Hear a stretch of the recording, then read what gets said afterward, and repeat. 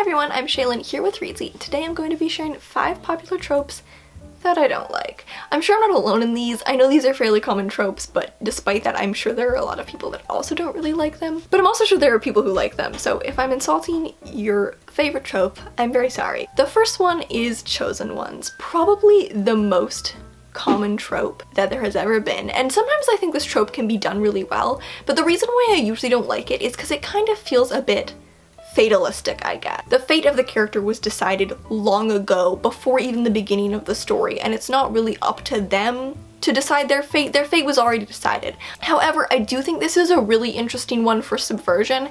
Because it's so common, a subverted chosen one trope can be super interesting. Number 2 is the strong female character. Now again, this isn't any female character that is a cool badass, because I will love a female character who is a cool badass. If she is slaying everyone on the battlefield, I'm totally here for it. There's just a specific trope. It's not this entire character type. There's just a specific trope, which is badass female characters who literally don't have a personality. Like, their entire personality is just that they know how to fight. And I think that that's a really tiring trope, because it's like a character that I otherwise would have probably loved, and when it falls into that trope where that's literally her only personality trait and she has nothing else to her, it's just so frustrating, because she could have been such a great character, you know? It's not this type of character that I have an issue with, it's just that trope where it's like she's only defined by the fact that she has a knife, but we know literally nothing else about her and she doesn't have a personality. If she had a personality, I would have loved her so much. Number 3, I don't know if there's a name for this trope,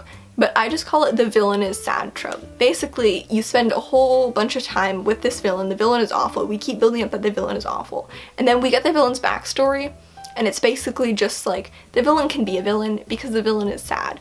I don't know, I think that this trope is kind of manipulative sometimes, where it's supposed to like excuse the villain's actions because he's sad and he has a sad backstory. I think an interesting backstory for a villain is great, but when it's trying to excuse his actions, that kind of bothers me, because in real life, you know, we can't just excuse terrible actions just because the person has a sad backstory. There are plenty of people who have sad backstories who aren't terrible people.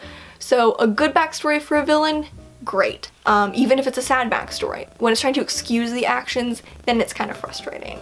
Number 4, again, there's probably an official name for this, but I just call it the broody tortured guy.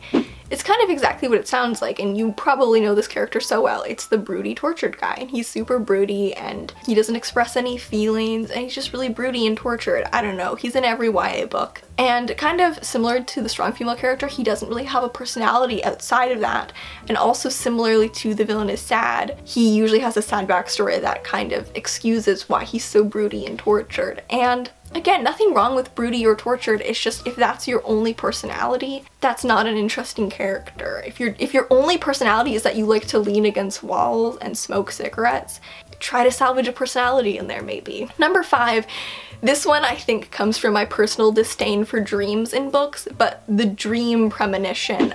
It bothers me so much when a book starts with the character having like a premonition type dream, or like the character is always waking up from dreams that are, you know, acting as foreshadowing for the rest of the book. It's just kind of my least favorite device, because I think it's so tired, and I think dreams are really, really melodramatic in fiction and usually could just be done away with. I'm just not a fan of dream sequences, and when they're trying to use them for premonition, I find it's just really, really melodramatic. That said, those were the 5 tropes that I don't really like. But that said, there's one that I didn't include, and that was love triangles. Love triangle is usually the first one on everyone's list, but I actually decided not to include it because I actually don't hate love triangles. And here's why. I think a lot of the time they're done really poorly, but I actually think a love triangle done well can actually be kind of interesting, just because that's inherently a really complex dynamic. Anytime you have a dynamic between 3 characters, that's going to be really, really interesting. And so I actually don't hate love triangles as a concept. I just think a lot of the time they're not very well done, but I'm not gonna dislike it just in its inherent existence. So those are 5 tropes that I don't really like, and one that I think I'm not supposed to like, but I actually don't mind. Thank you so much for watching, and let me know what your least favorite tropes are in the description. That's everything for this video, and remember to subscribe for new writing, editing, and publishing videos every Tuesday and Friday. Until next time.